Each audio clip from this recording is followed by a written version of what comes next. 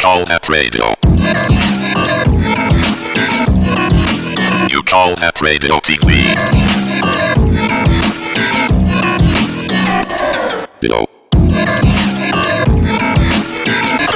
You call that radio TV. We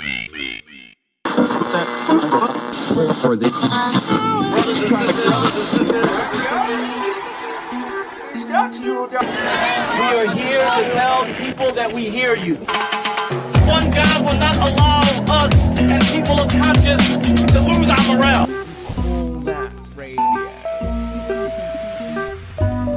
You call that radio. Tucking on my heels, out of sight. Bust off a ball garage. I kept on a ties. 5, 4, 3, 2.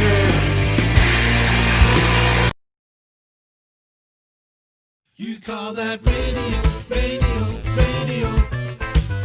More like a TV show. On almost every night. It's gonna be streaming live. You call that radio. More like a TV show. On almost every night. It's gonna be streaming live. You call that radio.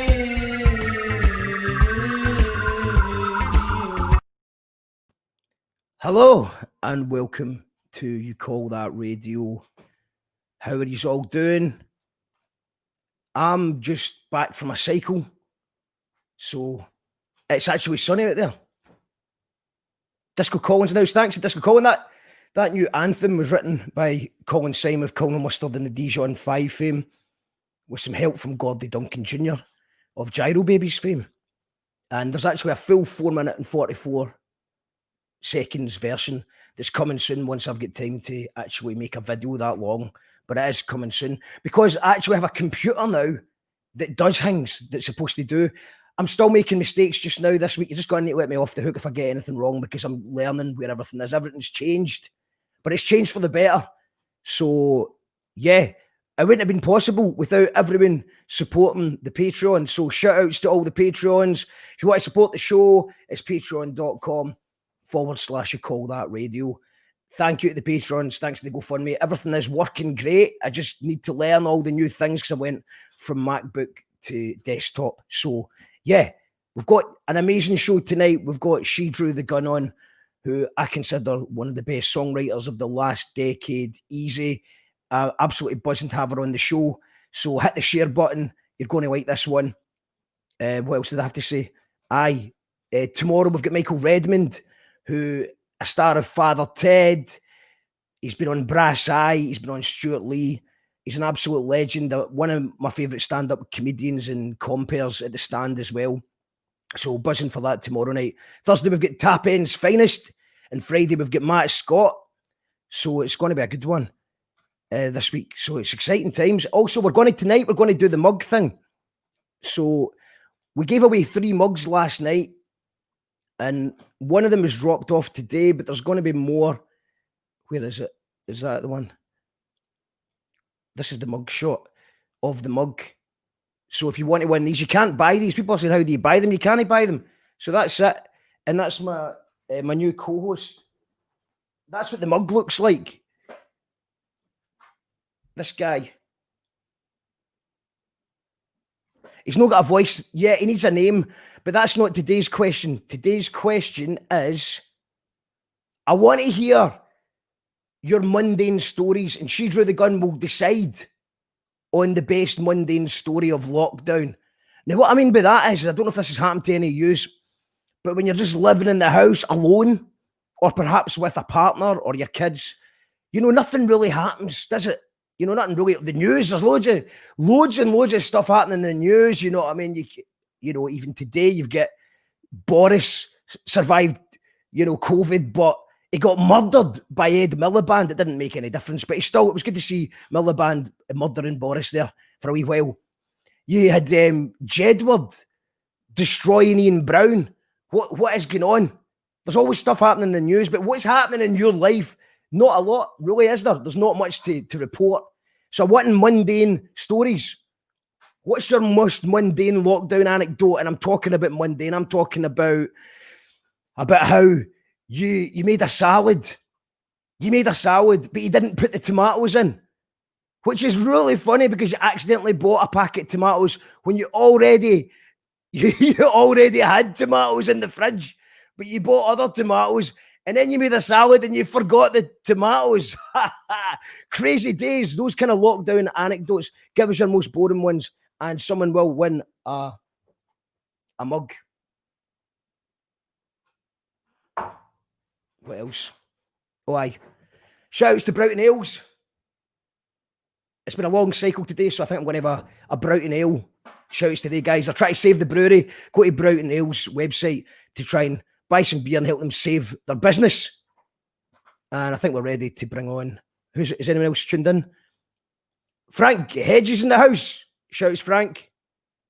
Hi, Sugar Cube. Love Baby Doll, says Colette. Shouts to Sugar Cube. All right, okay. I think we're ready to bring on. And also shouts to Amelia, who's made a new version of the famous theme tune, which is, it's now been changed to, if you don't really know what's going on, there's a show that also doesn't know what's going on. They call that radio TV. I got you. Ready? Yeah, 1, 2. 1, 2, 1, 2. Yo, this is Charlie Tuna from Jurassic 5 live and direct here in Glasgow, Scotland, and you call that radio? If you don't really know what's going on, there's a show that also doesn't know what's going on. Call that radio TV. You call that radio. Call that radio TV. You call that radio TV. We are here to tell the people that we hear you. One God will not allow us and people of conscience to lose our morale. We see the crimes of this government, how they support every dictator and criminal on this earth. Sometimes you can feel down. Sometimes you're She drew the gun. Can you hear me? Oh, yeah, I can hear you. How's it going, Louisa? Are you well? Yeah, not bad. Yeah, I'm all right, you know. Yeah. Yeah, amazing. It's good to see that you're actually about to play a real gig with actual real people, not cardboard cutouts of people, not the internet people who we love. We love all the internet people, but the real Actual people. in the flesh, actual humans. Yeah. We're gonna do that on Saturday. So we're doing it's a brand new venue as well in Birkenhead. So there's gonna be 60 people in the venue. It's a 350 capacity. So everyone's got their own zone.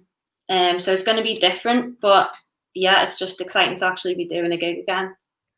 So how long has it been since you've played a gig?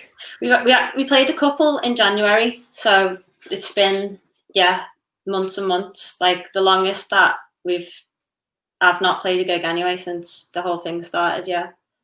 I mean, how often? I mean, you seem to always be going around playing gigs. Is this been quite an unusual breaking gigs, or do you normally have a little break when maybe to work on a new album or stuff like that, or are you just constantly touring?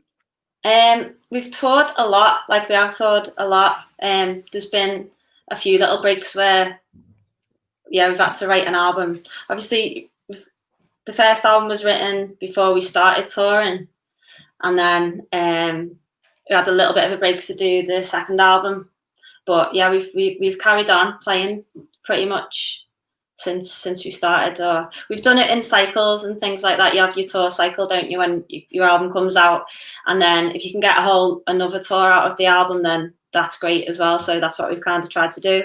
And then we did an EP for the last tour that we did. So the writing and the touring's always come hand in hand. But it's been the longest that we've gone without. When you write, when you're on tour, do you find time when you're traveling, is that an opportunity for you to write lyrics, or is that not the right way to do it for you? Do you need your space and peace and quiet in order to write? I've not really like known, but this time of like having the time to actually write has shown that I think it is definitely a lot better to have that bit of time to do it properly. I reckon like next year there'll be a lot of good music because without the pressure of touring, I think people will be able to write better stuff, and I think it will be a strong year for music, and maybe people will see that like, you know, maybe there shouldn't be as much pressure to tour all the time, and we will end up with better music from it. Well, that's what I kind of think will happen anyway. Well, I think we're just going to be optimistic. Yeah. I think we've just got to be optimistic. We've done loads of shows where like, you know, but this is an optimistic show tonight. I'm feeling optimistic. It was actually sunny in Scotland. I just thought it was going to be cloudy, but it was actually sunny. I had a wee cycle. Yeah. I was listening to She Drew the Gun on my headphones, and the sun was out. So I'm in a good mood. I'm feeling optimistic, and I think next year is going to be the third summer of love. There is going to be all this amazing music. Because think about all the bands that maybe would have rushed their album out. I've now had that extra few months just to tweak it and produce it a wee bit better and add that extra backing vocal and just bring that wee bit of extra magic to it. Exactly, yeah. I think like usually you'd be under pressure and you'd be like getting your very last song ready for the studio just as you're about to go in or whatever. But now it's like you've got that little extra bit of time. You'll probably be able to push a couple of songs out that might have made the album otherwise, and you know, have extra material there. And whereabouts are you in the process of your newest album? Been demoing it, so just making demos on GarageBand in the garage, and then so just been collecting demos really and building that collection up. And I reckon like it's a fairly it's getting there. There's a nice chunk now, so yeah, still a bit more to go, but a good chunk and of it. Shout outs to GarageBand. That's our drummer Gordie Duncan Jr. His favourite. He's been with Garage. He's the same GarageBand thing for about 12 years, and he loves it. And he makes some amazing music on it. It seems to be quite overlooked these days. I think it's just the easiest thing to do, isn't it? So if you've got no actual, you know, training or anything, you can make GarageBand work. It's got a drummer. You can ask the drummer to do stuff for you, and you can. I think you can just work it out without having any pre-skills, which is what we've done. And then once so you're making the demos in GarageBand, and then you take it to the studio or a producer. Have you got anyone in mind? I don't know yet. That's what we're actually at the point of kind of thinking about now, because I think probably ready to kind of look at dates to try and record, but we haven't set in stone any kind of producer or anything yet. So yeah, we had James Skelly doing the last two albums, which has been absolutely amazing, which is like a bit of a dream come true. And then but it's album number 3, so it's time to kind of decide whether to like shake things up a bit and do something different. Well, I mean, it is your albums are a bit different from song to song. You're not really sure what you're going to get, and that's what I love about your band, is that you're not really sure what's going to happen next in it. Is there any particular bands that got you into it, or is there anyone that you look at a perfect album and you're trying to create that perfect album?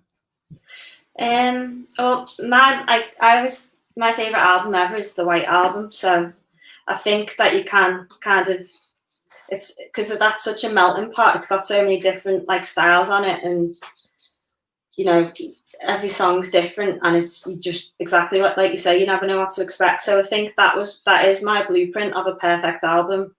But that, I don't know whether you don't really like set out to make the White Album again or whatever, but I suppose the blueprint is there, and you don't really think about it when the songs are coming out one by one. But even with this new album, it's like with the new tracks that I've been writing, it was like the first one and the second one was so different. I was like, they can't even be on the same album. But the more that I've been writing and the more we've been making the demos, they've been, I suppose you don't really want to say congealed as a way to describe your songs, but like they've kind of like started to come together, but they all come from like quite wide different angles.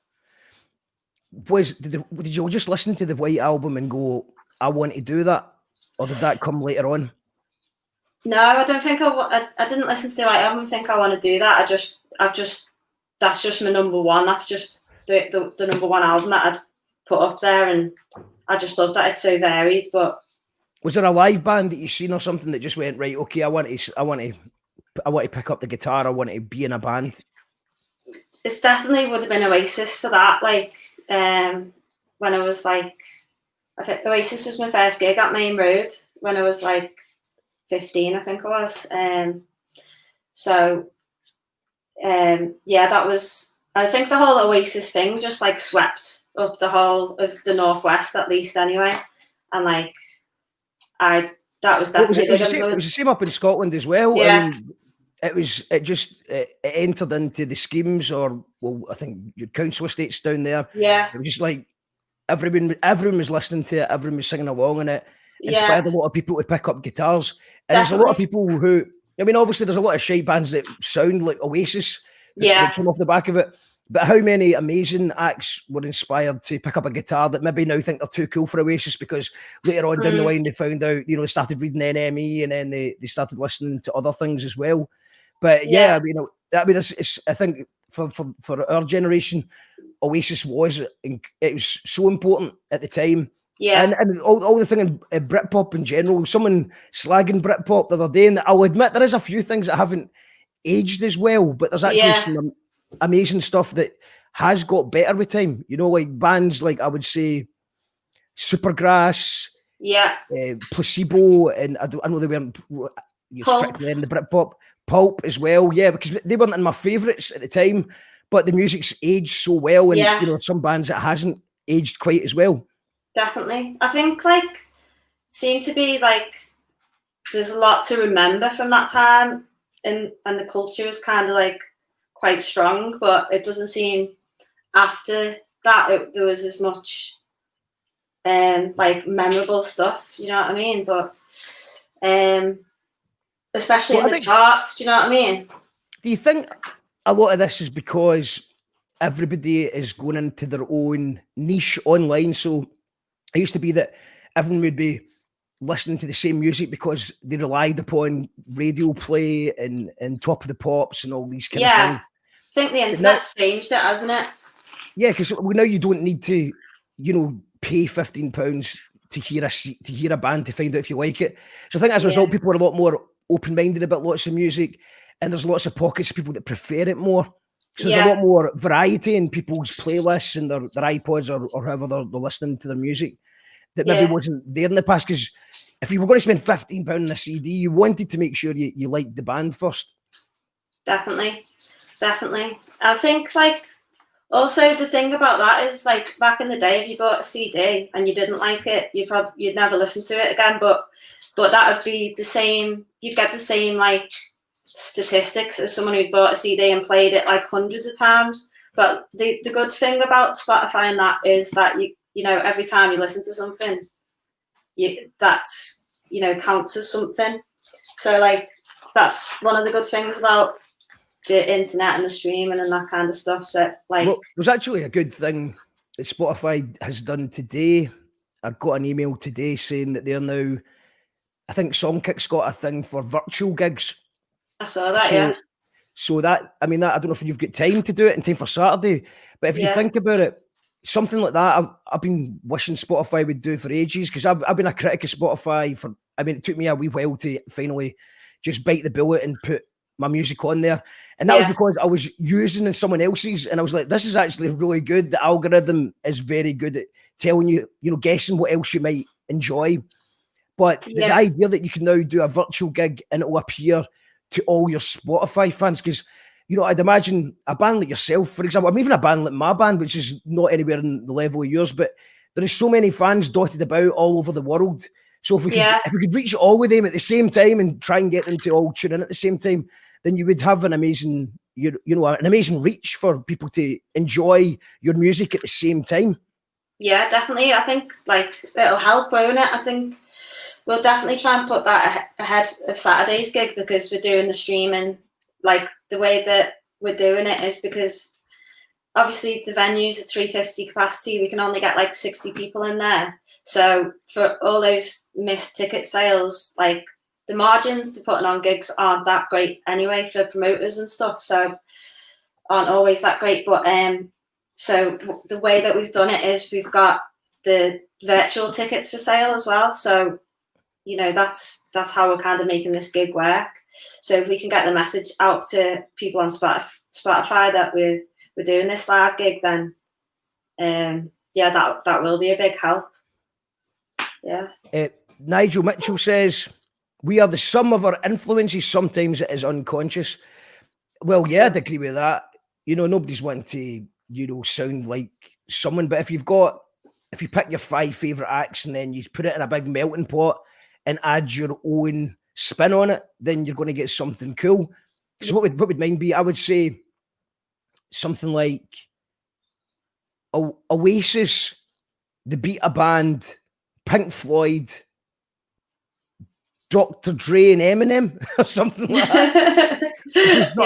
Flung in a bowl with a Scottish accent and some loud guitars. And that's what I'm into. What would you say? What would you say your top? I hate putting people on the spot with this question, but I'm going to do it anyway. Yeah.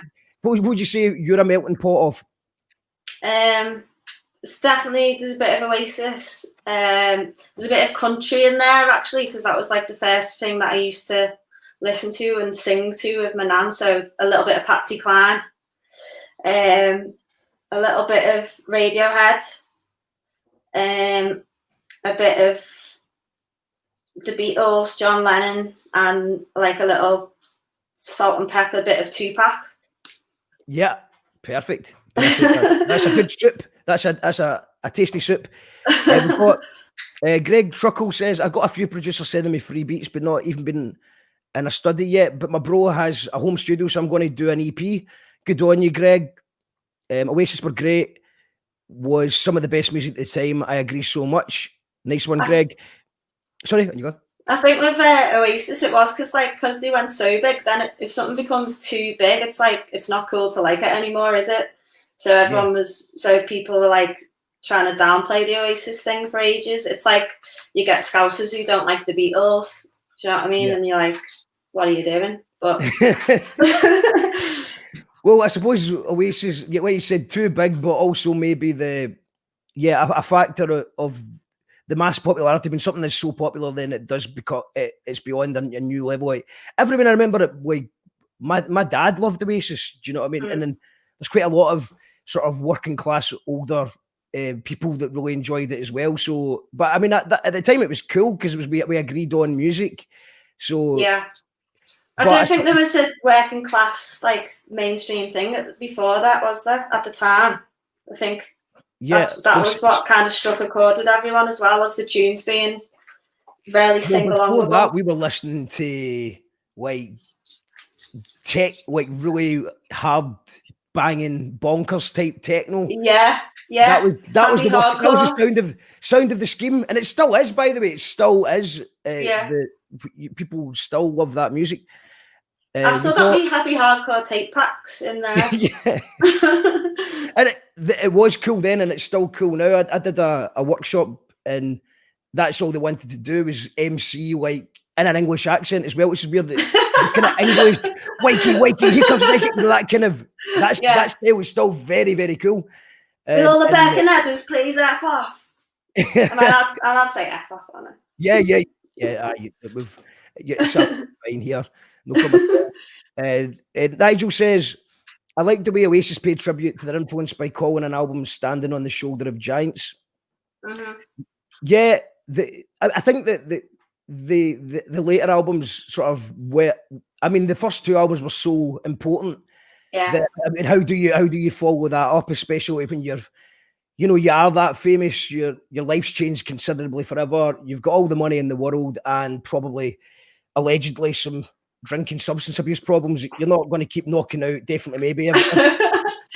No, but I thought Be Here Now, like it had some bangers on there, and then after that I think I started to lose it a bit. But yeah, Be Here Now.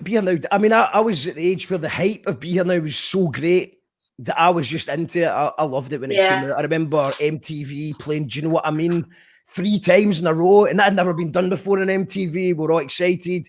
I remember everyone dogging it in my house, which is dogging it's Scottish for truancy. I don't know if you remember that. No, I didn't know that. Bunking off, maybe. I don't know what you got. But we all listened to the album. One of my friends went queued up at 8 o'clock in the morning to get the album from Our Price. Shout out to Fergie going to Our Price to buy the album. So we were the first people to hear it. So it's still, I think it's still quite, I mean, there's definitely some patchy moments in it, but there's still enough happy memories in it for me to listen to it. But then after that, it got a wee bit. Yeah, I'm with you. But I think we maybe just got older and cooler. But that too cool. The captain says Oasis made one great album.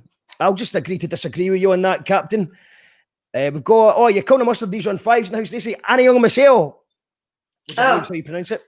Is that Korean? That's what I was going to say. But the Korean that I did know probably for a week is gone. Oh, yeah. But... Well, that was the only word. Let's just bring that up on the screen again. We should have done a competition to see if anyone could guess how to pronounce that word. But I found Korean really tricky because when I go into a different country, I try my best not to be that Brit abroad stereotype that, you know, angrily pointing at the fried breakfast. I want to just learn a couple of things. I think even if you just learn the basics like hello, thank you, you're welcome, I think people do tend to appreciate that. But Korea was so tough. We were out at South Korea, and I think it was similar to what you went to. We went in a different year though. Yeah. And the reason I remembered Anna Young Michelle was I think it was Nicolette from Colonel Mustard who said it sounds like a woman called Anna Young. So I'm just imagining a woman called Anna Young, and then it's Michelle at the end. So that's how I remember that one. But that's all you do need over there. People were really delighted that you were trying at least. What was Korea like for you guys? It was really amazing. Yeah, it was. I just think the whole place was just mind blowing. Like as soon as we got there, it was like I felt like I was in a video game, like Blade Runner or something. And just walking around, you know what I mean? So I think it was just the whole being in a different culture. And I thought the music festival was really cool because it was like, what you call it, a conference festival or whatever, where it's the music industry doing their own festival so everyone can see each other and meet each other and stuff. And I thought like, because it was in like a completely different country and no one spoke the language and everything, it kind of like made everyone meet each other a bit more than maybe you would if it was a load of bands going to a different country for a festival. It was like you really met all the other bands and stuff like that. So yeah, I think that was cool. Yeah, it's just I think I've never been anywhere like it because if you're in Spain, you can guess what a word means usually. If you're looking at a menu in Spanish, you can go, well, that le eggs. All right, that might be eggs. Sorry for any French people out there. But you know what I mean? You can normally guess it. Yeah. But in Korea, everything is done in a completely different language. It's the same with maybe Greek as well, if you look at the Greek alphabet. So you're basically guessing what everything is. And as a result, it gives you a kind of sort of, there's a bit of magic and wonder about just as you wander down a street. You're like, that could be anything. That looks like everything looks like a sweetie store. It's all bright and colourful. Definitely. It was like halfway between like what you expect Japan and China to be. But I mean, I have been to China, I haven't been to Japan, but it was like, it was really bright and shiny and really like, and it actually is in between China and Japan, isn't it? So it does make sense, but it was different from anywhere I've ever been. Did you play music in China? Were you over there for music? No, I wasn't. I met my girlfriend and she lived in China at the time and went out to meet her there. Amazing. But that's a different story. Well, we had Hugh Reid on the show. We have Hugh Reid on the show quite often. He's just came back from China because of everything that happened, and he's now living in the Isle of Bute. So he's having a bit of a culture clash coming from living in China as from the day to living in an island in Scotland. Yeah. Can imagine that's a bit... It's a different world. Different worlds. You know, you have played South by Southwest Festival. So that kind of ties into... playing your music to a completely different audience. And not only that, but it's a kind of music conference as well. So it seems like the holy grail as far as bands trying to get their music out there. What was your experiences of it, and was it worth it for you? Did it go well? Yeah, it went really well, and we got a few. We did. It was definitely worth it in terms of the people that we met and making connections. And we did the BBC live radio thing as well, which was really cool. And just I think the whole festival was really amazing, and not just that, just like Austin was a really cool place, and the people there were really into music. And it's like a little if you look at Austin, it sees itself as very different from the rest of Texas. And is it? Yeah, that's right, isn't it? Yeah, Texas. Yeah. It sees itself as very different from all the stuff around it. It's like a little kind of almost socialist utopia in the middle of a proper right-wing kind of place. And the people really loved music, and yeah, it was good. The whole thing was positive, and yeah, I'd love to go back and do it again sometime. Well, maybe 2021. It's the year of all the things. Lindsay Stewart likes the optimism of the idea. Next year will rock. Yes, it will. It's going to be a good one. We just need to bunker down for the winter. We'll be here every day. Well, almost every day. We've got Joe McCann says, I can't think of anything mundane happening in my life. My life must be too exciting. Yeah, well, Joe, I know you, and I know that that's probably very true. The Tunnel Man says, better here on YouTube. It's Nigel again. Yes, it is. I just want to give a wee shout out to everybody that's tuned in on Facebook. We're also available on youtube.com/You Call That Radio. And we're also on Twitch. And it just looks better and it sounds better. And it's just better. It keeps all the shows on YouTube better. So if you want to find an old show, we've got about 120 shows on YouTube. So give it a subscribe if you can. And also, if you're on Twitch, if you've got an Amazon Prime account, you can link your Amazon Prime to your Twitch account and you can subscribe to us for free. But big Jeff Bezos has to give us a check for £2.50 a month. So, yeah, subscribe on Twitch. And if you've not done it this month, you need to do it every month. So that's how you can support us if you're on Twitch. And I was going to say as well, YouTube I've always been a lot cooler with copyright, but funnily enough, I mean, I don't know if you heard about Facebook's live stream, the drama of Facebook live stream is going to stop. Oh, who's that? This is Travis. Oh, Travis.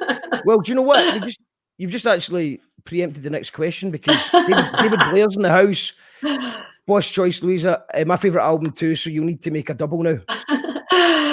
I think there might be a few double albums coming up from people because of how much space that people have had to make music. So yeah, or just hold on to 2 albums and you've got an album to tour next year, and then you can stay one album ahead. It's more tour fuel, isn't it? I've just not got the patience to do that though. Like, I'm working on some stuff just now, and the idea of holding on to it until I can tour it again. I just want to just release it. Yeah, that's it. But you've got an actual record label now, so they don't let you do that. They don't let you just release it. No. There's got to be a plan. It's all, months in the works. That's it. That's how you do it successfully. So yeah, that's how you want to do it. Yeah. We got Who Took Utopia? Can you get a better follow up? Captain's referring to one of my albums. Yeah. Probably not. People like that one. So let's I don't know, but people like the other one as well. I suppose it's just, I think what happens is that on the way of releasing new material, you pick up new fans, and that will always be the most special album to them. And then, people say, oh, it's not as good as the last album. But I think that the first time you hear of a band, it's the song that captures you, that whole album, you just get into that album so much that it's quite hard for you to then listen to an older album and think it's better. Yeah.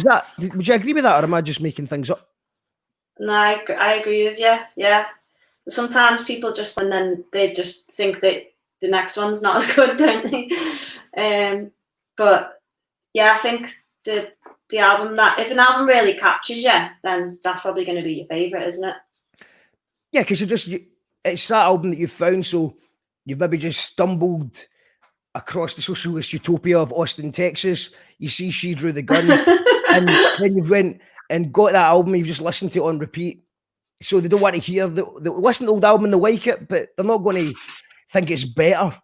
Yeah. It's what I think. I don't actually think, I've just thought that out loud, but give me an example in the comments if there's ever been a band that you got right into and then they did it better after or better earlier. Who to Utopia maybe actually did happen for some people with us, but we have to be optimistic for next year. We do, Alan. We do. It's all about optimism. It's all about optimism. What are we going to do next year? There's going to be, every festival is going to sell out. Every single band's going to have a new album. There's going to be a saturated market for new music and gigs, but I don't think that's going to be a problem because the people that usually sit in the house and can't be asked going to a gig are going to need to think about their actions and support the music scene next year. Well, maybe they can stream it at home. Well, that is going to be a thing as well. I think that the reason that we've never tried to stream a gig before is because we're just worried that people would just sit in the house and not come to the gig. Yeah. But I think this changes everything now because, we're talking, if Spotify is going to be sending a virtual reminder to everyone who follows you on Spotify, that's massive. So, we can sell out, surely we can sell out 61 tickets. You know what I mean? If the way it is just now, we sell out 61 tickets and then stream it to the rest of the world. Yeah. Surely. Or even if maybe even a few hundred people will come to the real gig to get that experience. But I think there's a lot of people that are maybe not going to, even when it does open up, they'll be not wanting to risk their health, or they just can't afford it, or they're geographically not aligned with where the gig is. So now we've got all this technology, we're learning how all this stuff works. Everyone's had to invest in a decent camera and all these things. So why not stream the big important gigs? The homecoming gig. Because, if I'm a fan of you, if I was a fan of yours, I would come and see you in Glasgow, of course. But then I would still want to see your coming home gig. What would be your ultimate homecoming gig after all this is done? Where would you want to be? Yeah. Where would I want to be? Yeah. Well, we did have, in Liverpool, we did have the Casimir, which was an amazing venue, but it got knocked down for building flats, unfortunately. So if we could just go back in time a few years, then I'd like to go there for the homecoming gig. Well, in 2020, I wouldn't rule out the fact that you can go back in time. You're going to pick up the news tomorrow. It's like, oh, you can go back in time now as long as you wear a mask or some shit. Yeah. It's on then. So we've got comments about that last statement I made, which says, the Falls album is always better than the last, apart from Hex Induction Hour. Every Fall album was different, and Tam the Van has quoted John Peel by saying, the Fall, always different, always the same. David Blair says, Radiohead, everything they've released is better than Pablo Honey. Yes, but did you get into them through Pablo Honey? I got into them through the Bends. So the second album was the one that got me, but then I went back and listened to Pablo Honey and I loved that as well. But I think I love about Radiohead is they just went on a proper journey. So it's I just love a band that goes on a journey from the start and carries on doing that through all their albums. And Tom York's always ahead of the game because I remember, so I was the same. I loved Creep when it came out, and I think maybe is Everyone Can Play Guitar. Yeah, it was on anyone Hit Mix Long Play. So I was aware of these songs on Hit Mix Long Play, and I liked them. I remember the guitars and Creep just going, wow. Oh yeah. But then when I listened to the Bends Up, I got right into that, and then I got right into OK Computer. But I would agree that I never went back. I don't think Pablo Honey's at the same level as that. Nah. Then all the albums they made after that, Kid A, Amnesiac, at the time I didn't quite get it. I was quite surprised. I just didn't understand it. But then I seen Radiohead performing those songs live in French TV. Yeah. Sorry, that's Travis. No, sorry, it's Travis. It's all right. Kicking off. We've actually got a wee guy that looks like Travis here. Where is he? Brothers and sisters. Is that you, Daniel? Are you before me? Call that radio. You call that radio.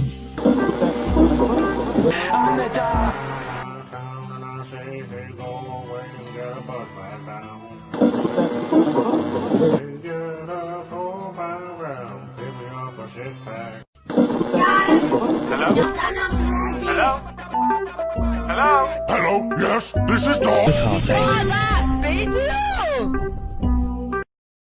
Do you think Travis looks like that dog? I don't think he does. That was a sweeping generalisation on dogs and how they look. Somewhere between that dog and Travis Bickle. Travis Bickle. Was Travis Bickle the reason for the name of the dog? It was actually named after Travis the band. All right, okay. But they're actually named after Travis the character, I think. Yeah, they are. Yep. So in a long roundabout way, it is. Yeah. Because we supported them in Silverstone, and they were really nice, and I don't know, That's a name drop. Do you know I was started working on like a graphic for the name drop, like so if someone does a good name drop. Oh yeah, so like, name drop you like. So it's like it just falls down like yeah. Kind of that Tim Westwood kind of explosions of name drops. So that's quite a good one. I mean the track I was actually had the Good Feeling album because I think Travis supported Oasis, so I got the first album. I did, but yeah. Kind of at the same time as Hurricane #1, it was just like a band. They didn't seem like they were going anywhere. And then The Man Who came out and actually changed the game a bit. Definitely, yeah. And what was it? Was The Man Who inspiring to you? Yeah, it was. Yeah, I've still got the guitar chord book from it, which I got the lads to sign when we played with them. Yeah, so obviously I must have liked it if I bought the chord book and played along to it. Yeah, it was inspiring. It was cool. I don't know. Yeah, it's a classic, isn't it? In a way. And it had the thing that comes with a good classic album from the late 90s, early 2000s. It had a secret track. So for any young people out there, in CDs, back in the day of CDs, it was important to have a random secret track at the end. Cooler Shaker had a scary, trippy thing, which is quite a good idea. But Travis had just a really cool song called Blue Flashing Light. Yeah. Which is maybe the best song. It was rocking out, but it didn't really fit in with the rest of the album. So it didn't, obviously, I can understand why it didn't make the cut of the full album. But that was a great tune. It was, yeah. It was a good tune. And they were really great live when we supported them as well. Well, I seen them live just not long before lockdown started. It was actually a glimpse of things to come because it was a really weird gig. It was like a socially distanced gig before that was cool because it was a thing they were doing for BBC Scotland. So it was like they would play a song and then they would ask, there'd be people, like the host would be talking, but we couldn't hear what they were saying. But then there would be a woman with a clipboard saying, now you've got to clap. So we're just randomly cheering every so often. Then they would play one song and then nothing happened for another 20 minutes. Bizarre. But yeah, no, they did it live, no doubt about it. Yeah. Is there anyone else you managed to support or share a bill with that you were quite chuffed with? We supported the Coral quite a few times, which was always amazing. I think they're like one of the most underrated British bands ever. Amazing. And they're absolutely unbelievable live, yeah. So that was a privilege. Dreaming of You. Yeah. Wow, one of the greatest songs of all time. Definitely. And do you know what I'd also put in your song Poem as one of the greatest songs of all time. It kind of strikes a chord along with Dreaming of You and almost like Willie Mason's Oxygen. Do you know that song as well? Yeah, I do, yeah. Yeah. Yeah, sweet song. It's just like the way it just captures all the feelings at once and just explains things. How did you go about writing that? How long did it take you? Did it just come out like a rush of words, or did you just spend loads and loads of times editing that and getting it just right? No, there wasn't that much editing. It was I think it took like either a day or maybe I did it and then carried on the next day or something. But it was just a poem at first, and then I did it as a spoken word thing, and then I just thought to myself, like, I should change this into a song, and just started trying to get it out as like a song, and it like just sing it a little bit. So it's like kind of like that half singing, half speaking kind of thing that happened. And then so yeah, the words were all just one big poem, and then I thought of the chorusy bit. That's what turned it into a song. So when you're saying spoken word, was that just like a spoken word piece you would do during your set, or did you ever try your hand at doing poetry or spoken word performance?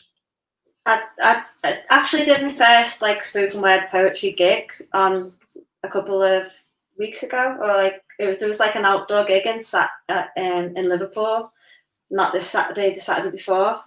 So that was the first time I'd done like a spoken word gig, but it was like when I was just starting out with She Drew the Gun, it was just me and a guitar, and then I wrote the poem, and then I just did it as part of like the set when I was performing just by myself. So when you never actually thought of doing spoken word before this, and how do you approach doing that gig? Did you just bring some of your best songs into just doing a spoken word style, or did you write things specifically for the spoken word gig? I think for this one that we just did, I've just built up a few bits of poems over the last couple of years and stuff. Just some stuff that I'd used as spoken word stuff at gigs, which I'd used to like start a gig, or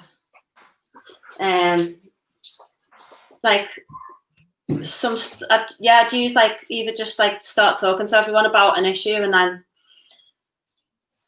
use it as a poem, and then sometimes they've turned into songs, like Revolution of Mind. That was like a poem that I started saying as a spoken word thing and then turned it into a song. So that's been like one way that I've kind of got songs in a way, just from writing poems and then putting them into songs, as opposed to when I first started, it was just like writing songs.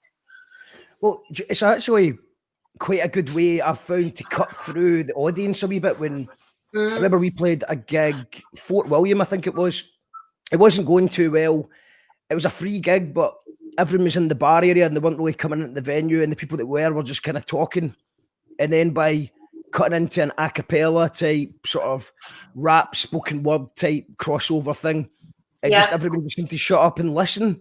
And then I just kind of nodded to the drummer, like put a drum beat behind us, it seems to be working. And it seems quite strange that for some reason people, I think when you're bearing your soul with just words, people are inclined to at least give you the 10 seconds to listen to what it is you're saying, to decide whether you agree with you or not.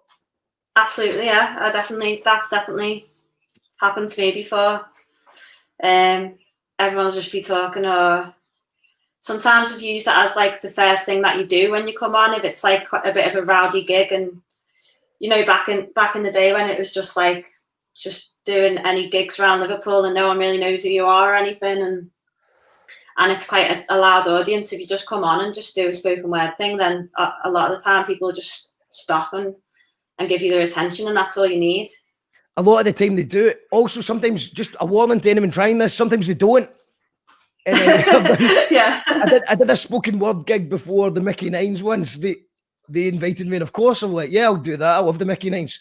And it was a really rowdy Saturday night in a pub in Glasgow, McCool's. And the crowd didn't want to hear it. They wanted to party with Mickey Nines. So it doesn't always work. And also, I suppose that's a wee bit different, because that's me trying to do 15 minutes worth of spoken word material. Yeah. You know, it's a wee bit different if you just do a spoken word thing. Also, I think there's another element to see people that don't like spoken word. They're silently thinking, I wish they would shut up and play some music. So then when the music comes in, the people that enjoyed it are happy, and the people that don't like it are happy as well. So it's a win-win from that regard. Yeah. If you can bring in a bit of music, then. Yeah. But a lot of the music, a lot of the lyrics, because you're one of my favourite lyric writers. I've been listening to, since you've agreed as well, I've been going back to all your tunes. Some amazing words. And in a live scenario, a lot of good lyrics get lost in the wall of sound that guitars and drums creates. So I think it's a good idea if you have lyrics at the forefront of your songwriting to just dip into a wee bit of spoken word, let people know what you're talking about. And I think it fine-tunes people's ears to your accent, and maybe they're going to understand a lot more of what it is you're trying to say, because live environments are a noisy place to be. Yeah, I think, that thing about fine-tuning people to your accent, like, I think people do need a little bit of time to adjust to, where exactly you are when you're speaking. That can definitely help with that. You just made me think I need to do some spoken word on this gig on Saturday. Yeah, do it. I recommend it. We got the choral never got the recognition they deserved. I was at Tea in the Park that year. Do you know, in a funny way though, they're one of the bands that have dated so well though, that I think that they're totally having I was going to say second wave. Whoa, no, second wind or whatever. Because when we went to see them, I think it was at Wickerman Festival a few years ago, the place was absolutely packed and everyone was singing every word for word. And I think it's actually a Liverpool phrase that form is temporary, class is permanent. And, if you are good and you bring it, you might not get the luck to get that big fame, but who really wants that big fame, that fame that Oasis got? They can't walk down the street, but, there's lots of cool bands that made great albums and are still making a really good living as they get older, and they can still walk to the shops without, being hassled. You still bump into fans that want a picture, and that's cool, but just the general, everyone knowing who you are, even people that don't like you, fuck that. Yeah, it's pretty perfect, really, isn't it? It's like, and they've entered the public consciousness with a few of the songs, and they've always got those massive tunes that they can play at festivals and everyone will be singing along to. But then they're not going to get packed when they're putting the bins out. And and the music has just stood the test of time, and that's what you want, really, isn't it? When you look back your music to have like aged like a nice fine wine and not be like a kind of super. Yeah, well, I think that's it's for bands that just stick to their guns and be real true to themselves, and that's not going to date. If you're following trends and what's cool at the time, you might sell a few more records in the short term, but you are going to just look out of sorts in the future. Because people, I know exactly when that came out, that they can date it with their ears. Yeah. Music's like a time machine, isn't it? Another band for Liverpool I love is Shaq. Yeah, Shaq, the boss, yeah. HMS Fables, what an album. Yeah, it's good, yeah, really good.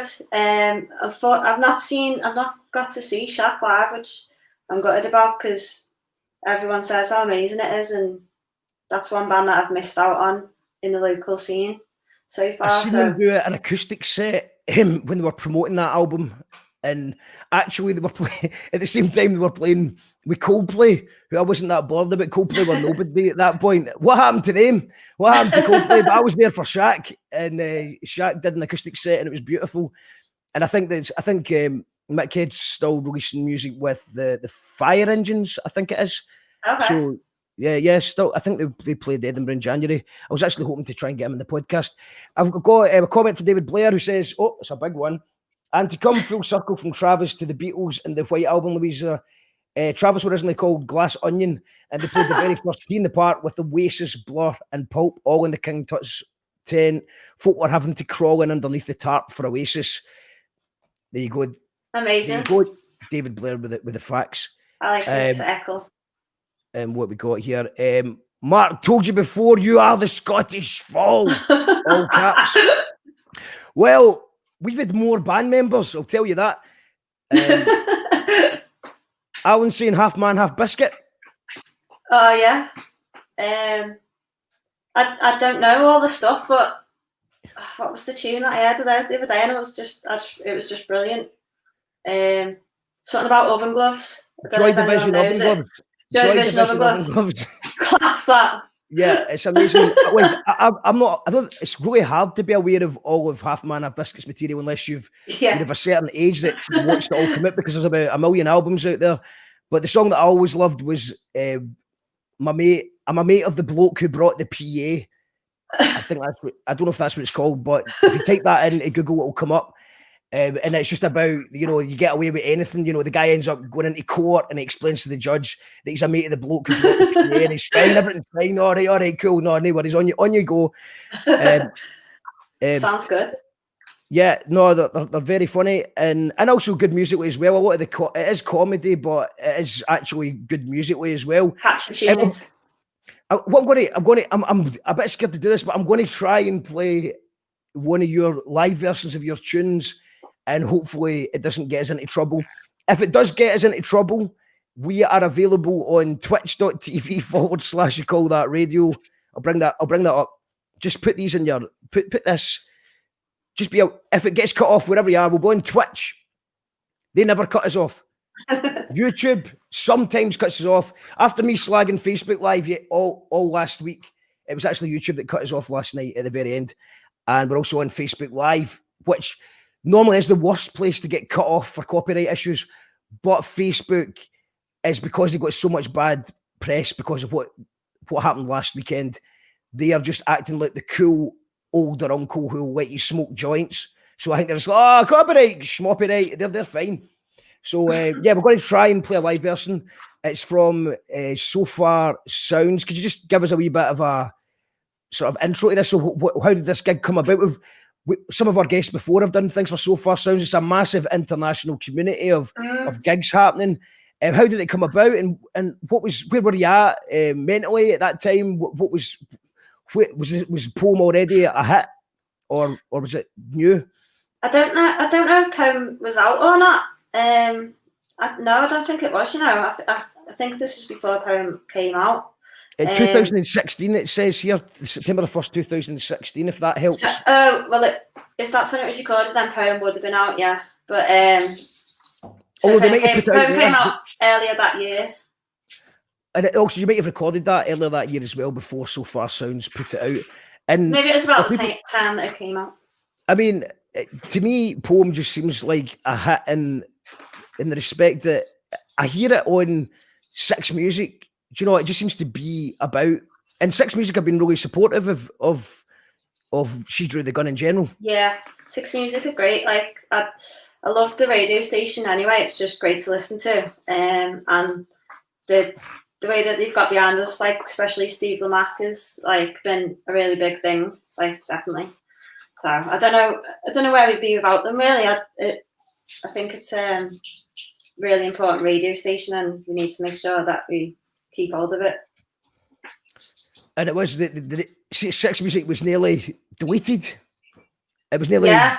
They had to fight to keep it, didn't they? People fought for the right to Six Music, and it's great that it's survived and it's actually thriving. I think it was turned into conspiracy theory is maybe it was a publicity stunt, so more people would tune in. But for whatever happened, it's all ended well. And this is Poem.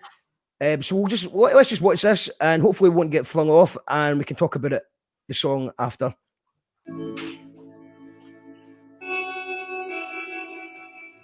And let me know if it's too loud or too quiet on the chat, because I'm just getting used to this new thing. When I open these sheets, they got police getting busy, cleaning up the streets, cause that's what we need now to make the place neat. Take the homeless man's rags, no sleeping bags, no place to sleep, because we're far too civilized around here to see an unkempt human being, a broken human being. Open up your eyes, are you seeing what I'm seeing? Yeah, misplaced, made to feel disgraced human being. What, it's not enough to just pretend that you don't see him. You can't stand the sight, so you gotta disappear him. Well, I hope you feel more comfortable doing your sightseeing, taking pictures, buying fucking Union Jack magnets and key rings. Life, give me something to believe in. No lies, just something to believe in. Am I the only one that's grieving these things that belong to you and me that they are thieving?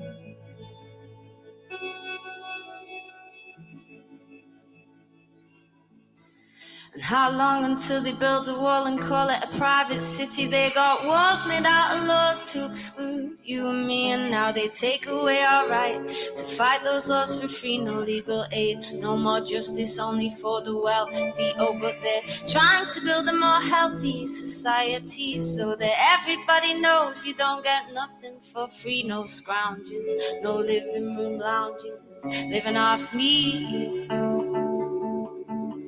Can I suggest you're seeing exactly what they want you to see? A monster, a cancer, a threat to your liberty. How about a scapegoat for their crimes, a victim of the times, everything that you're not meant to be? How about a badly prepared, scared human being? How about a necessary cog in the economic machine? 'Cause if there was no unemployment, tell me how would things be? Would you still feel lucky to be working 40 hours a week? We're like a caged bird and they got us by the beak. Give us enough to eat, enough to sleep, enough to tweet, but there's not enough space between the ground and our feet. We're singing songs of freedom, but we're not flying free. So life, give me something to believe in. No lies, just something to believe in. Am I the only one that's grieving these things that belong to me, that they are thieving?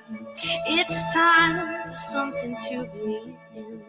I'm tired, need something to believe in. Am I the only one that's grieving these things that belong to me, that they are thieving?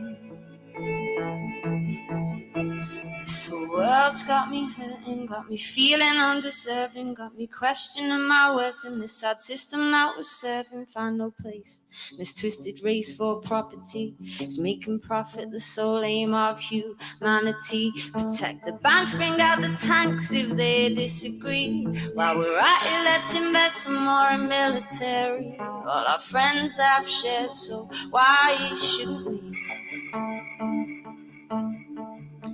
Now the market's a demanding that we give away for free everything our grandparents fought for to some company. It's called wealth creation, yeah, it's more efficient, you see. Oh, sorry, I forgot the free market would set us free. I forgot to only think about I, man, and me, while brothers and sisters have nothing to eat. Brothers and sisters at home and overseas, so can't lie down and I won't let it be. While we are working for a market that doesn't work for me. These things that they're thieving, yours and mine, we know that they're stealing, but there's still time. If you feel this way too, these things that they're thieving, yours and mine, we know that they're stealing, but there's still time. If you feel this way too, these things that they're thieving, yours and mine, you know that they're stealing, but there's still time. If you feel this way too.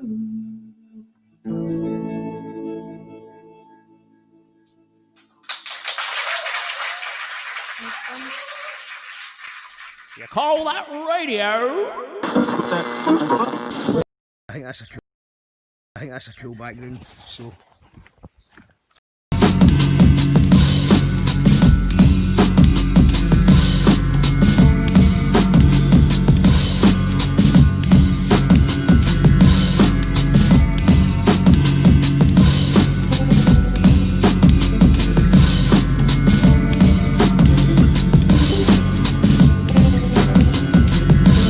how do we educate our children to take their place in the economies of the 21st century? How do we do that, given that we can't anticipate what the economy will look like at the end of next week? Every country on Earth is trying to figure out how do we educate our children so they have a sense of cultural identity and so that we can pass on the cultural genes of our communities while being part of the process of globalization. How do we square that circle?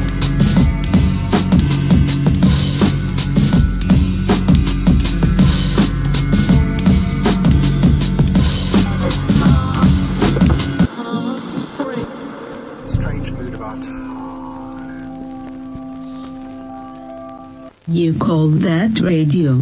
Makes coherent sense. You are tuned in to You Call That Radio TV. We've got She Drew the Gun in the house tonight. I just want to give a wee shout out to the new patrons because I forgot while we were closed down for a week or two.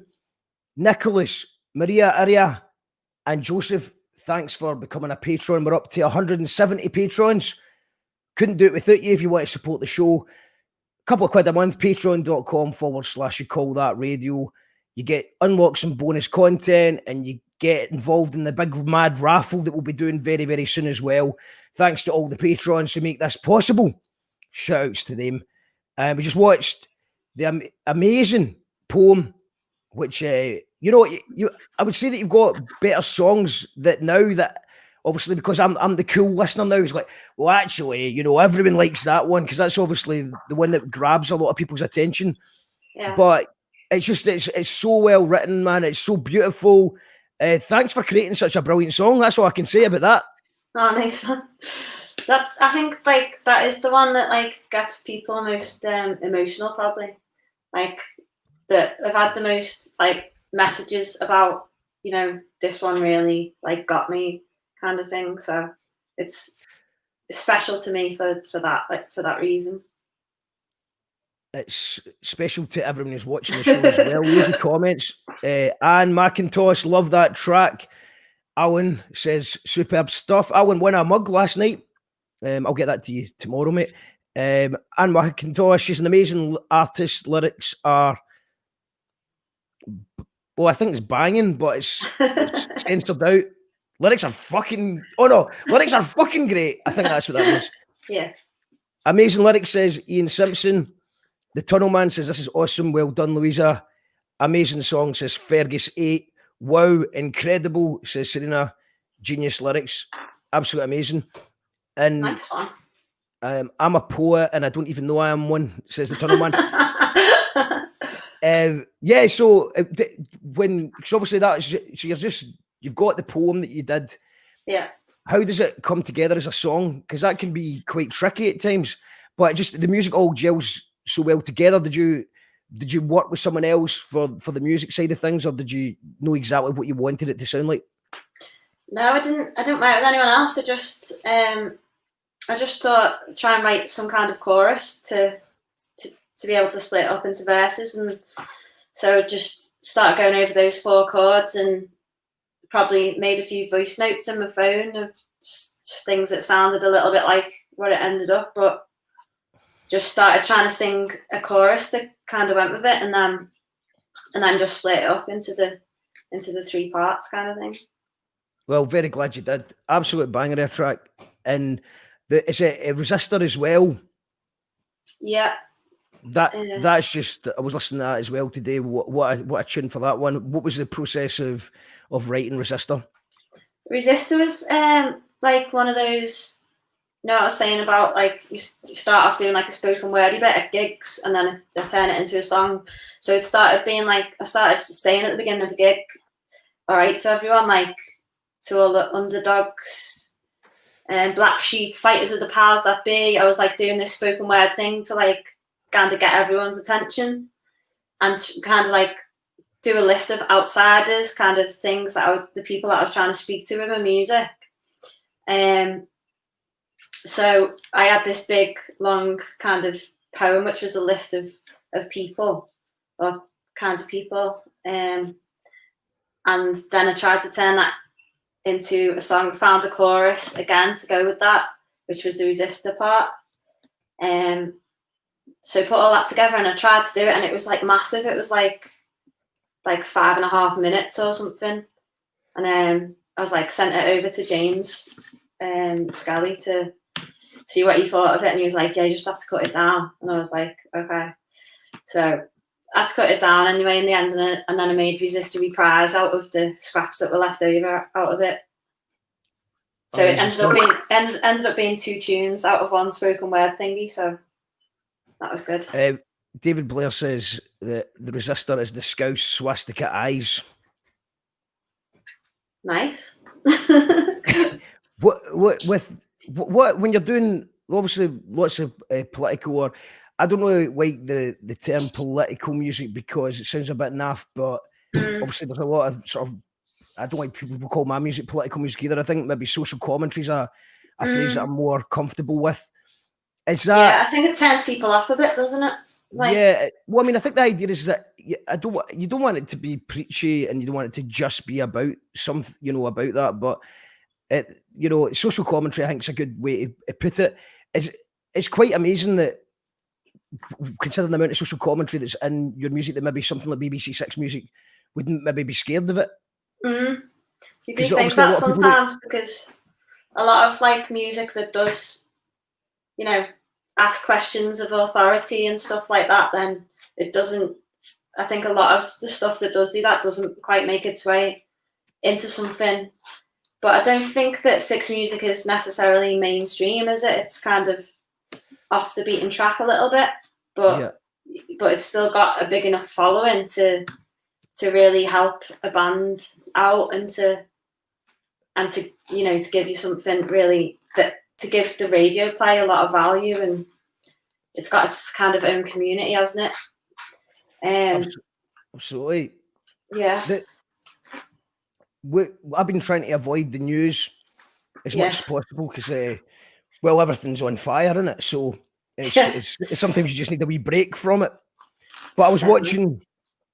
It's worth watching for anyone's interested. Ed Miliband last night just having a go at Boris about Brexit, because I forgot that Brexit's still about to happen. You know what I mean? Just too focused on the COVID thing that now has happened. And Ed Miliband was absolutely amazing. The fact that he's normally, as a leader, maybe he just got destroyed by the media, and I don't think he was comfortable in that role. But he was certainly comfortable last night, just absolutely destroying, because we're in a situation whereby we've actually got elected officials who are trying to vote through something that breaches international law, and then is going to try and negotiate with other countries about international law. What's your general feeling on the whole Tories handling of the Brexit saga? Couldn't be any worse, could it? Really? It's horrible talking about Brexit, isn't it? Brexit, I don't know. I think it's been horrible since forever, since it was voted through. But I think there was an opportunity, obviously, for it to be not a harsh one, for it to, people put forward a kind of softer version of it, which wouldn't have been that bad. But the whole thing just turned into a catastrophe, and obviously the Tories are just self-serving, and it's all about putting money into their mates' pockets, and it's.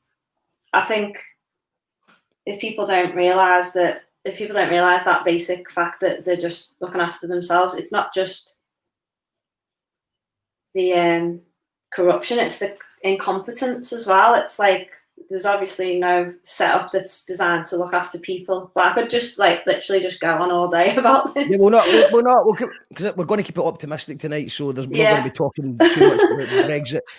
But one final point in that is that I think that what they've created the sort of a space whereby I can totally understand why people don't believe anything they say anymore at all.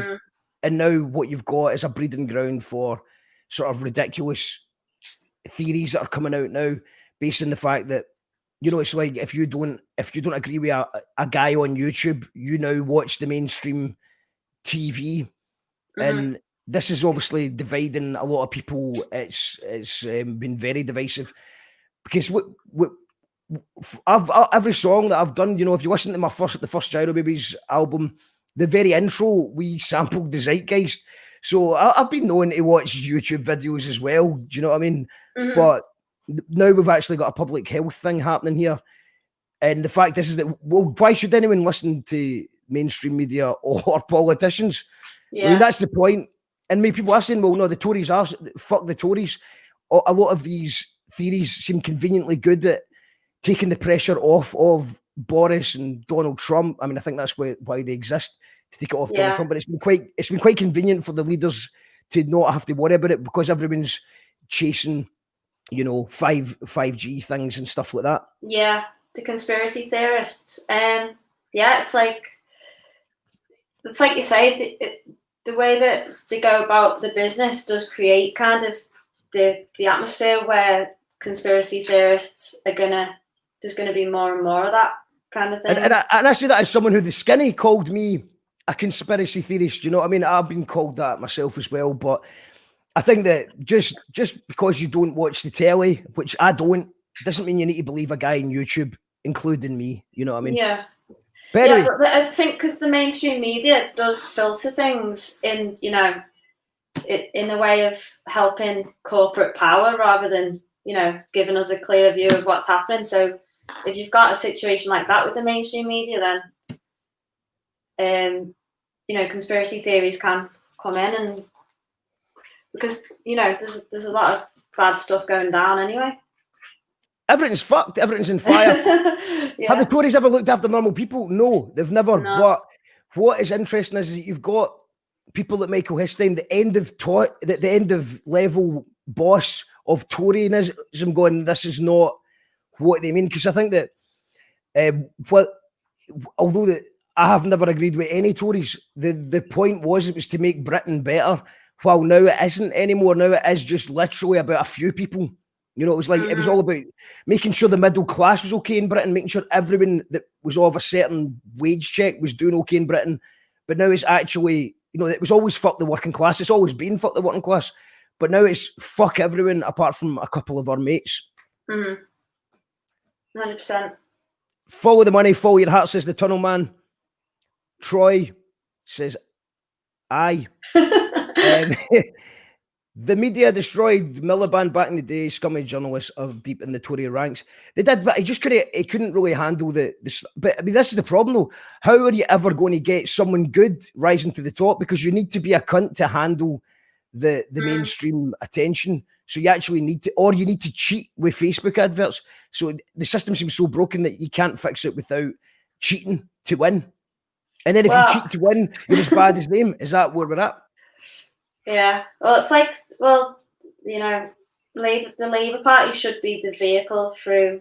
That's why it's a bit different with everything that's gone on in Scotland. But the Labour Party, at least in England, should be the vehicle through which the left, if there is a chance of the left coming in, should be able to happen through the Labour Party. But the Labour Party itself blocked the left from getting to that point. So if you've got that situation, then it's kind of just makes you think, well, parliamentary politics is just completely fucked.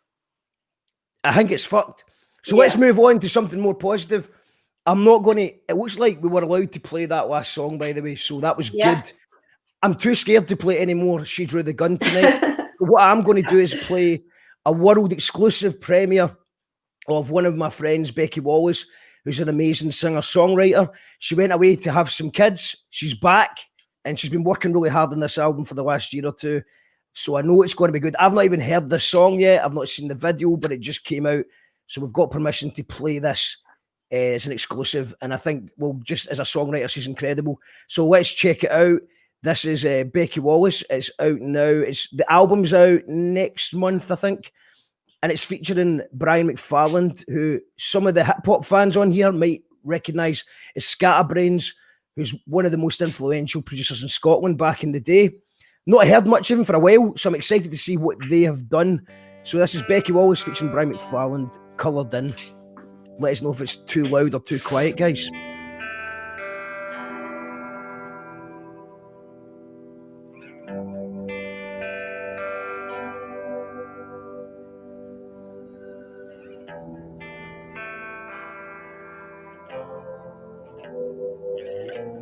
Finally feeling the urge to complete you.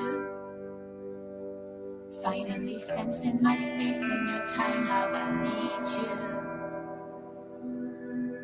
Don't take my silence as trying to hurt you.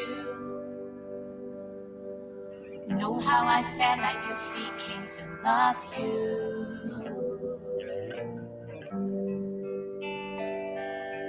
Cold as ice stone.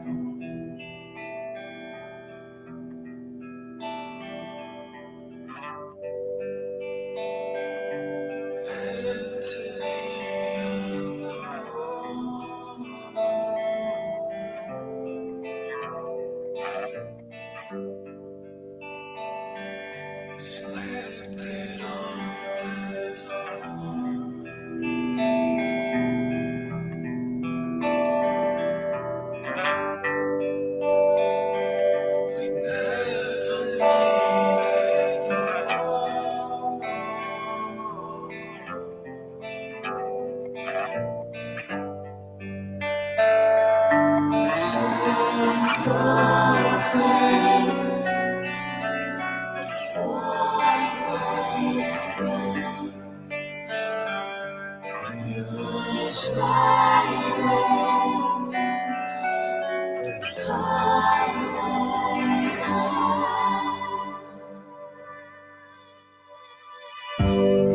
is a heart lost in moonlight, shredded in the burst of a glass sky. We stand beneath air, it colors us and darkens our skin, listens to our silences. This is where you and I meet.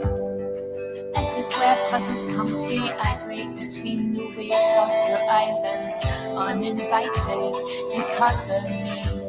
Honestly, I want you to feel love. Listen to the sparks sink between us.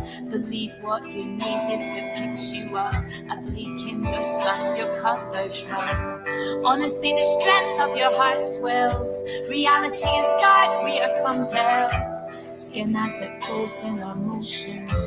You color me in.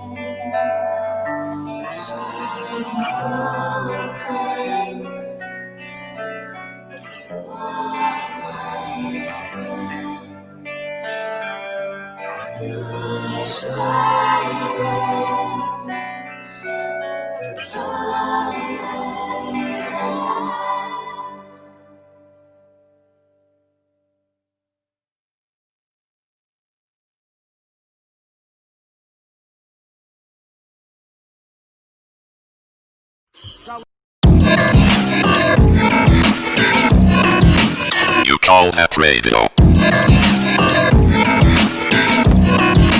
You call that radio TV? No. You call that radio TV? This is You Call That Radio. This is You Call That Radio. We just watched Becky Wallace. What'd you make of that? Loved it, yeah. Especially when she was flowing with the very poetic. Certain songs that she's going into a more kind of hip hop realm of goes kind of spoken word singing and a wee bit of rap in there as well. I'm really looking forward to the album. There's another video available from the new album online just now if anyone wants to check out. Becky Wallace, though, keep an eye out for that album, Present Tense it's called. It'll be out very soon. We've got the brilliant tracks as Alan. Lovely to see and hear you, Louisa. Brilliant, Becky. This is great. Louisa and Becky would get on so well. Very similar points of view. I definitely think so. I think that would be good. That'd be a good collab. The last good Labour man was called John Smith. Great man. He was indeed. Tony Benn was a good bloke. He did much better when away from the party that pretended to be socialist, says the Tunnelman.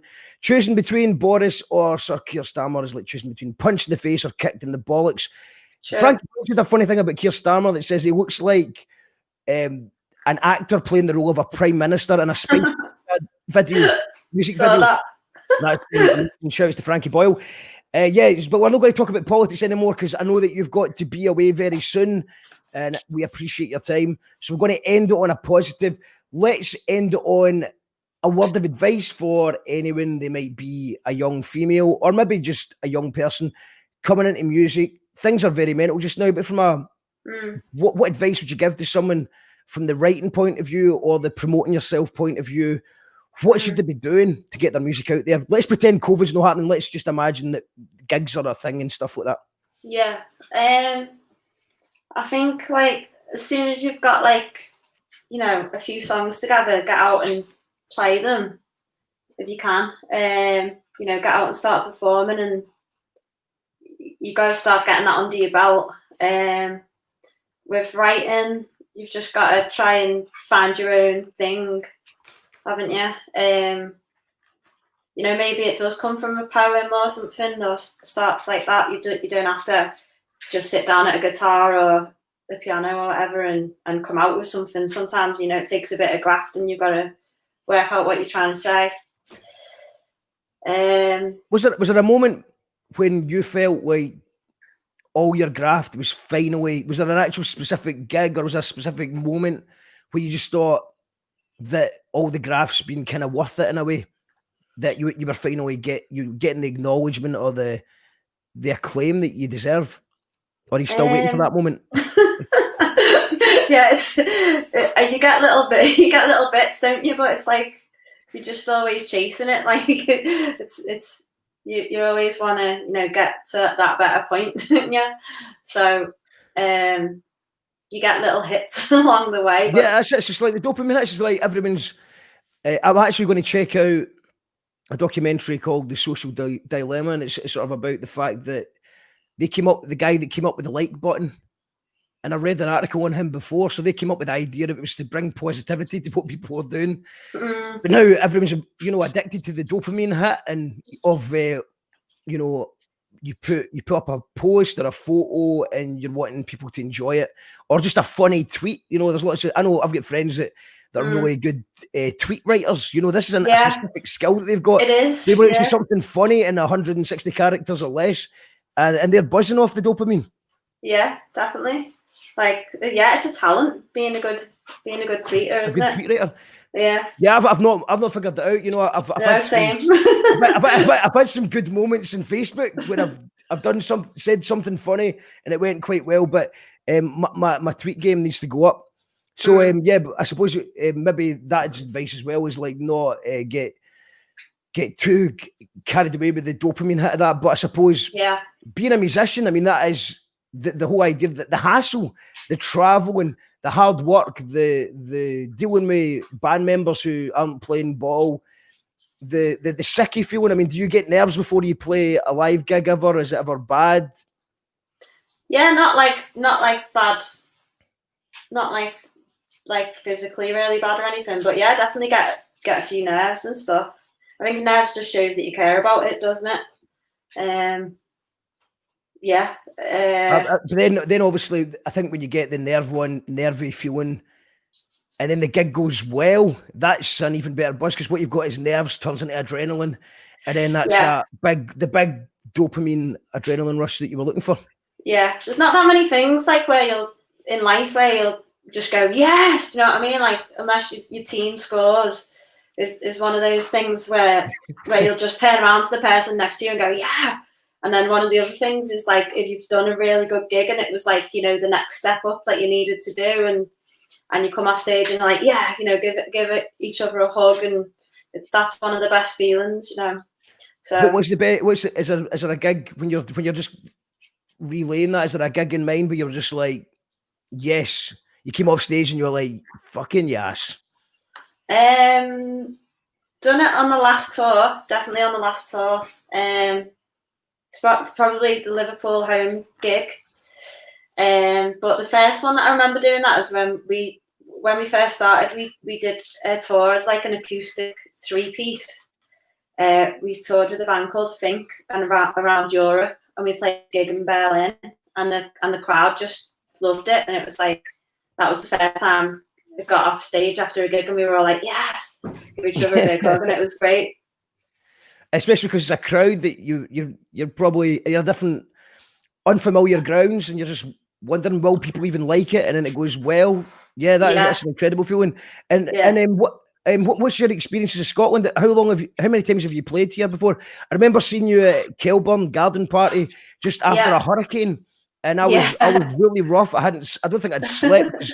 Our tent got blown away, and we had to hide out in my friend's caravan until it was safe to come outside. And I came and seen your gig. It was amazing. You did a great job. It was run quite early. And I mean, how many times have you played Scotland, and what's your experiences been? We played Calvin, like you say. That was really good. The weather was rough. Enjoyed your set at that, as well. Did you play a set in the stage, didn't you? But I don't think it was Jarrah Babies, was it? It was. Yeah, I think it may have been Jackal Trades. It may have been Jackal Trades. Yeah. Yes, I think I did play a few. I usually at Kelburn, I play a few sets. I usually play a few different things. And what about Glasgow? We played the Hug and Pint. We played twice. We played that on our first tour, and then the next tour, and the next place we played in Glasgow. I think it was called the Garage. Yeah, called the Garage. Yeah. Yep, the Garage. Great venue. Yeah, I love It's a bit of a shite. It's one of the garages, one of those things. A bit of a shite nightclub, but it's an amazing venue. You forget that it's a good venue because it's like you just going out to the garage after a gig would be weird, but as an actual venue, it's amazing. We played it with the Mickey Nines last year, and it was phenomenal. And I just love the people. Yeah, that's what we want to hear. You love Glasgow, you love Scotland, and you're looking forward to coming back. Is that right? Absolutely, 100%. Yeah, love it.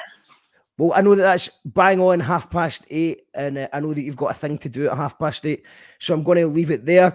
Any final words of hope or optimism for anyone tuned in or any fans out there? What can they expect in the future from She Drew the Gun? We've just got another album on the way, so everything that comes with that. I think the album will live be stream. How do people tune in? Live stream Saturday. Yeah. So how do people tune in if they want to tune in? You can buy a ticket for it. So if you look on any of our social media, it should be the first thing up there at the moment. So you can buy a ticket, sit at home, have a few bevies, get into the spirit of the gig, even if you're not there in person. And yeah, it's on Saturday. I think we're streaming at like 7:30. Amazing stuff. Thank you very much. Really appreciate you taking the time to speak to us. I'll be tuned in on Saturday. Thank you. I know you need to go, so I'll let you go. Thanks for having us. See you later. Amazing stuff. Let's see the comments. Thank you, Louise and Mark. Great show. Thank you for tuning in, Tunnel Man. Night people is the captain. Hi, Louisa. You're beautiful, says Troy. Louisa is a very lovely, very talented young woman. Troy says, I could call Boris Johnson a clown, but that's offensive to the real clowns. Well, clowning ain't easy. I know people that have studied clowning. What else we got here? Great show again. Will we play a couple of tunes? Let me know in the comments. I was thinking about playing a couple of tunes. So if there's we're going to play a couple of tunes. Fuck it. Let's do it. You call that radio? Call that radio. What back to the people who hated on me? Right, and then I see the disinfectant that knocks it out in a minute. That's mad, isn't it? Is this a Netflix thing? It's actually a podcast. What the fuck's a podcast? You know, it's kind of like a radio show. Oh, that radio. Yeah. And is there a way we can do something like that? I couldn't help it. By injection inside or Yeah, I think so because I think just paint in general because I think like my poem is in my painting. No. Cut.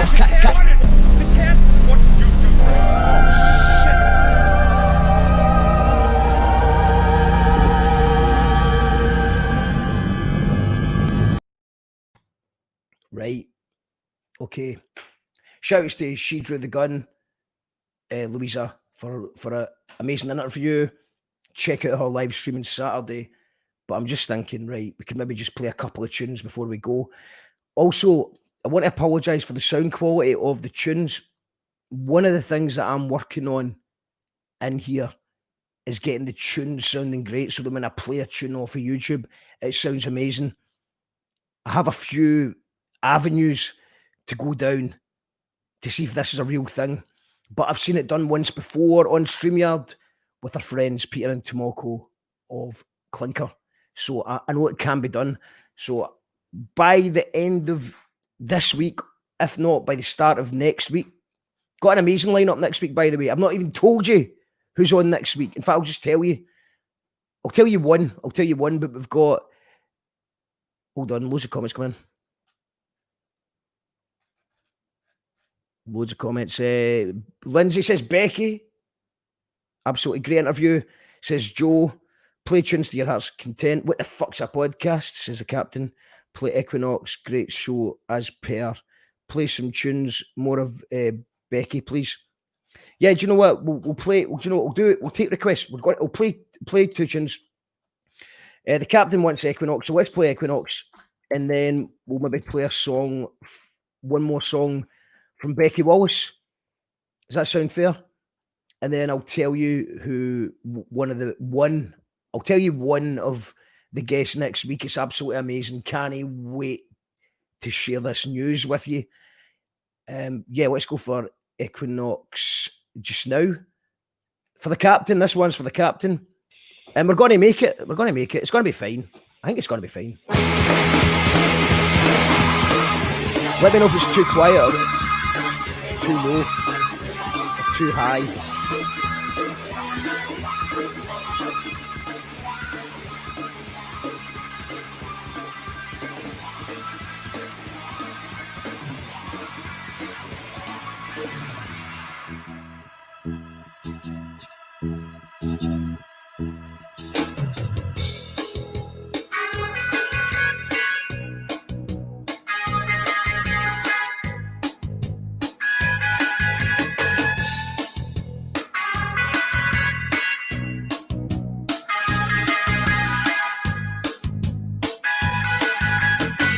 Acting normal is a portable portal I report to, whether or not I'd even want to.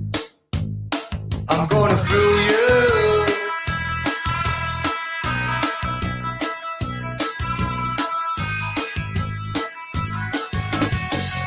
Dear sunshine, been a while since we last talked. Round about the time the landlord changed my flat lock. Glad that you're back, lots. Padlock my door since we flipped down the laptop and shouted taps on. Sorry, caps lock on. And I meant to say taps up, but I come of the summer for having the last lap. Oh, we shall see what we shall say. Looks like we made it. Looks like we made it. Equinox. Equinox.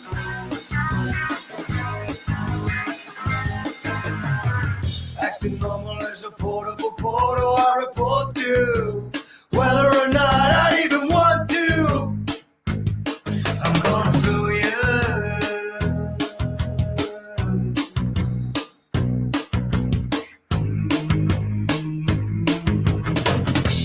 That late February sun, zombies congregate and wobble under a stun.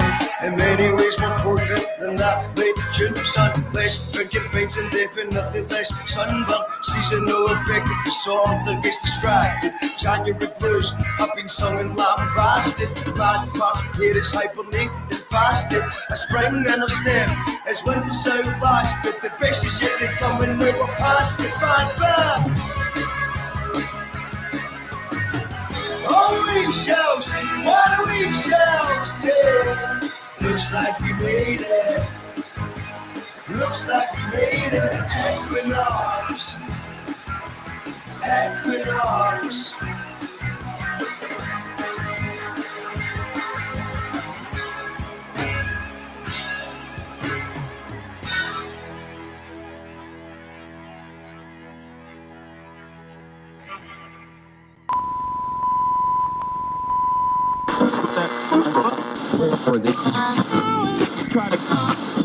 Brothers and sisters, may the peace that can only come from the one God be upon you. We are here to tell the people that we hear you. One God will not allow us as people of conscience to lose our morale.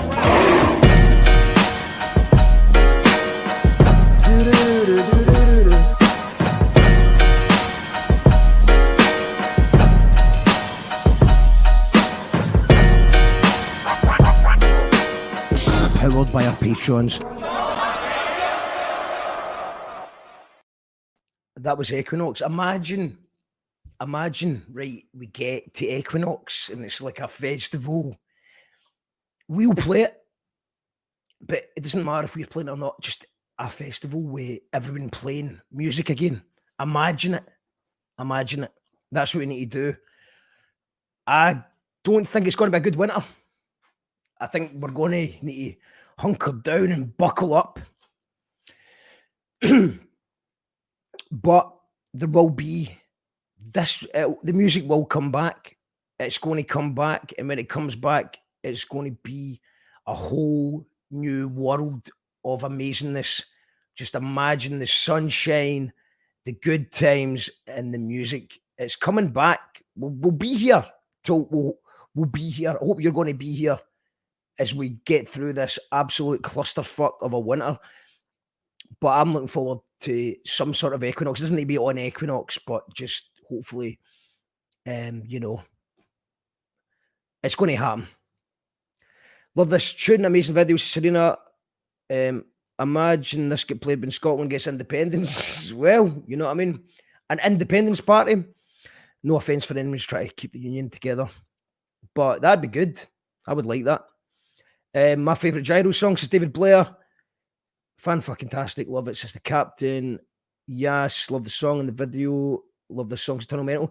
Yeah, I'm glad you enjoyed the song. So we just need to get through the winter and know that that song's coming back live at the end of all this. We will do it.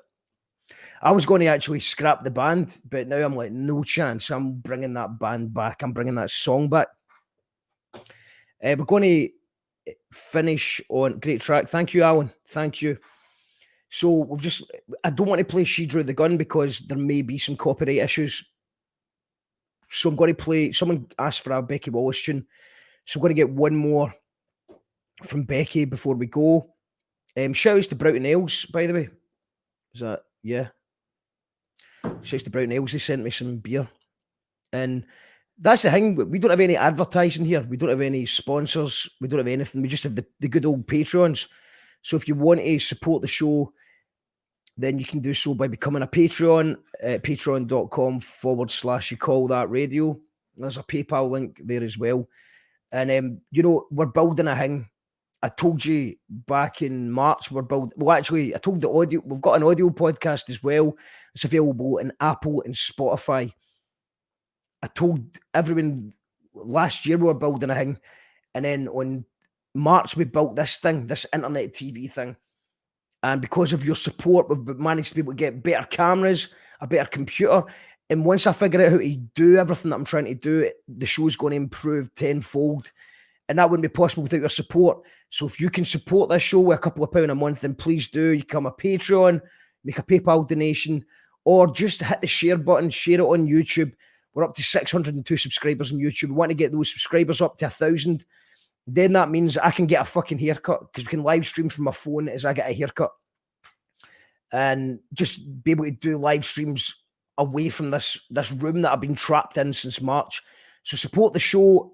It'll be reinvested into making the show better and getting better guests while also promoting the up-and-coming artists as well. And that's what this is all about. It's about having conversations with some incredible artists that you'll already be familiar with, but also making you aware of people who you should be aware of as well. Because there's, you know, this is for the underground. We do this for the underground. Got a few comments coming in. Yas Chun, Raymond Dito.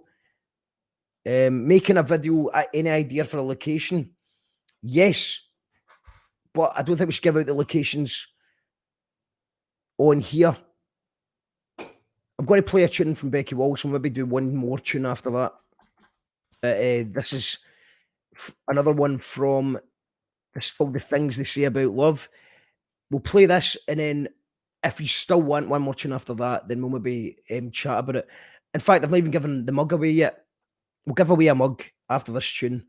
This is another one from Becky Walsh's album, The Things They Say About Love. Becky did an amazing show on You Call That Radio called That's What She Said.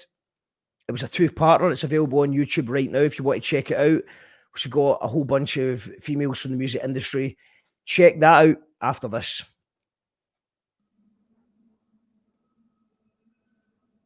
And when we go sailing,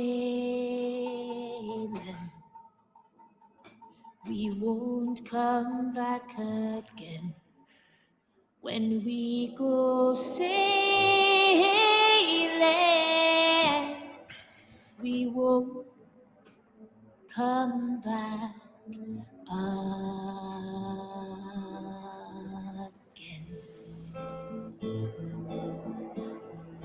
Tell me it's true, the things they say about love. He takes her to dancing. Tell me it's true, the things they say about love. She patches up his bruises, kisses, listens, pushes. It's an inspired old game, making like the pictures in the window display. Dusty cabinets, Saturdays at home. Tell me we can, the things they say about love. He sharpens my edges. Tell me we can, the things they say about love. We used to be so reckless, racking up regrets. Now we're the talk of town, making like the pictures in the windows we hate. Love forever into the unknown. And when we go sailing, tell me you're not bored. The things they say about love, she takes it for granted. Tell me you're not bored. The things they say about love, he always makes excuses, and she says that he's useless. We're the talk of town, making like the pictures in the window display. Love forever, Saturdays at home, alone again. And when we go sailing, we won't come back again. When we go sailing, we won't come back again. 'Cause diamond circles break under heavy wind, forever resting something I can contemplate. Our fates entwined. 'Cause he keeps me afloat when the winds are low. But lately I've been sensing a screaming storm inside. So while you and I go, and when we go, smiling hand in hand and face the tide. And when you and I go, tell me that we won't, tell me that we won't, tell me that we won't come back again. Won't come back again. Won't come back again. Won't come back again. Won't come back again. Won't come back again. Won't come back again. Won't come back again. Won't come back again.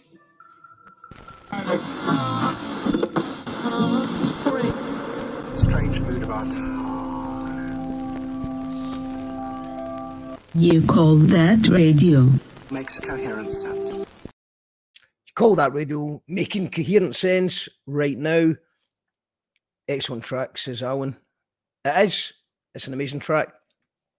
No comments, says the captain. That was before the song played. That's not about Becky. Don't cut your hair, Wazzle Grummage. Lol. It's been good tonight so far. Thank you for tuning in, Mark. Like I said, I'd planned to start this new show, the new look with a new haircut, but it wasn't possible because I can't live stream from my phone. So it made it difficult. So we get 1,000 subscribers, I'll get a haircut.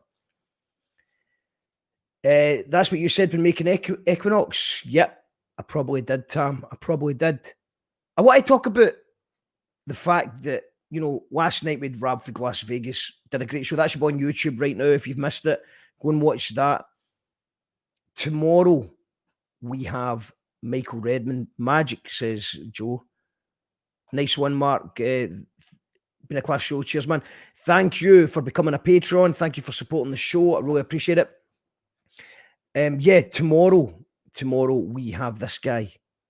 Now, in fact, I'm going to play you this because this is maybe a good chance. If we get flung off for this, then I know that I can't play this kind of stuff tomorrow. But this is Father Stone. Remember this guy? So, Have you seen Father Shorthall lately? No.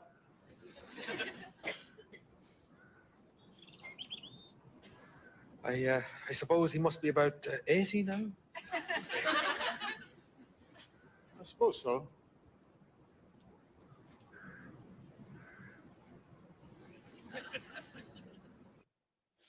Yeah. So hopefully he's not going to be like that when I interview him tomorrow. But a lot of you, I know most of you have watched. You must have watched Father Ted. So that's how I know him as Father Ted, from Father Ted, Father Stone from Father Ted. But in recent years, I've loved every time I go into the Stand Comedy Club, just randomly always seems to be the compere. He's a very funny stand-up comedian. He's also been in things like Brass Eye, Stuart Lee's show as well, Comedy Vehicle. He's done a lot of stuff. Radio 4, you know, he's a funny guy. And I'm absolutely buzzing. I've actually been trying to get him on the show since we started. And he's finally agreed to it. And he's going to be on the show tomorrow night.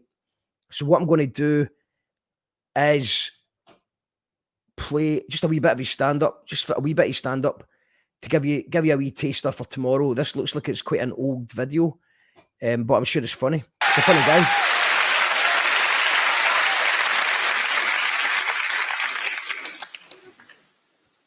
Thank you. Good evening. Thank you again.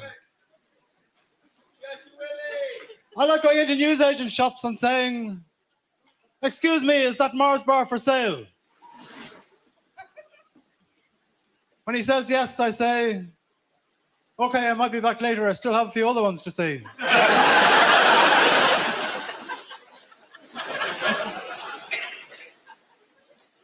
I like ringing up bookshops. When they say, "Yes, can I help you?" I say, "No, okay, thanks, I'm just browsing."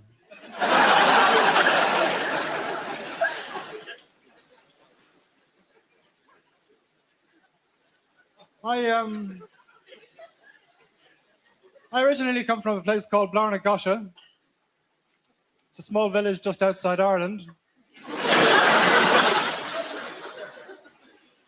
I remember family evenings around the fire, my father fretting about the coming harvest, my mother consoling him because he was a chartered accountant, didn't have to worry about that sort of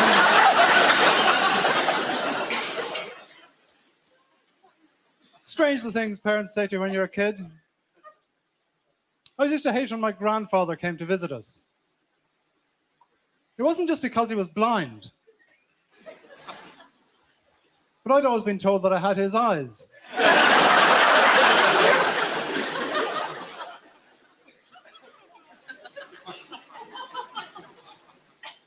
I remember when my grandfather died.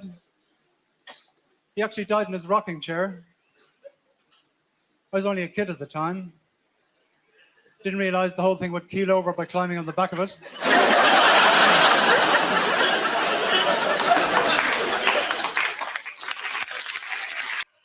Michael Redmond,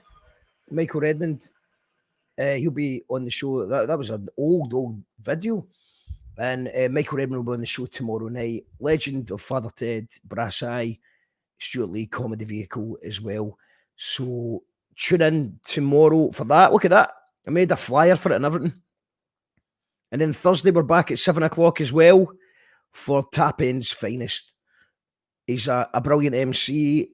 He's an artist. He does all the pictures you might have seen online of The Simpsons in parts of Scotland. You know, you'll find The Simpsons in Parkhead or The Simpsons in Kirkintilloch and stuff like that. And he's also started his own clothing brand called Tap In's Finest, which is also his rap name, or Tef, as he likes to be called these days. But he's a very funny guy.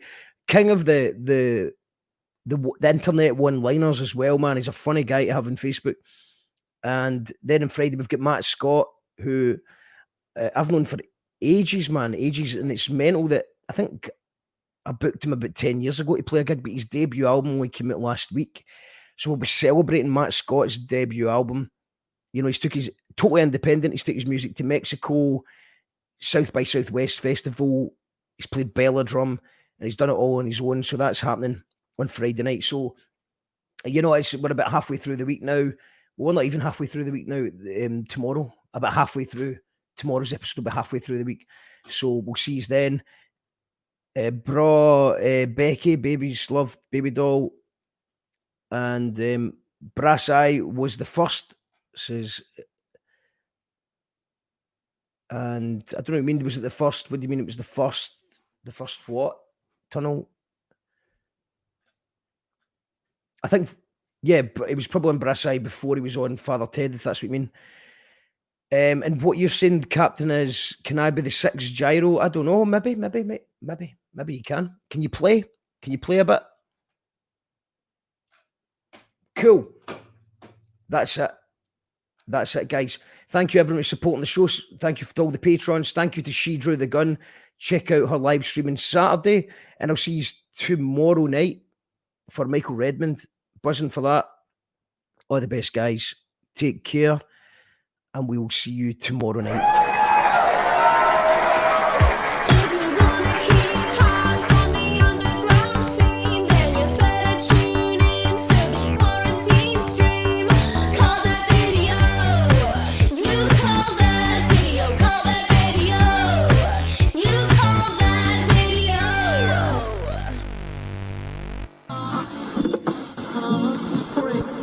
Strange mood about You call that radio? Here to tell people that we hear you. One God will not allow. You call that radio? However you want to see it. You call that radio? You call that radio? However you want to say it, that's kind of part of the fun. Powered by our patrons. Brothers and sisters.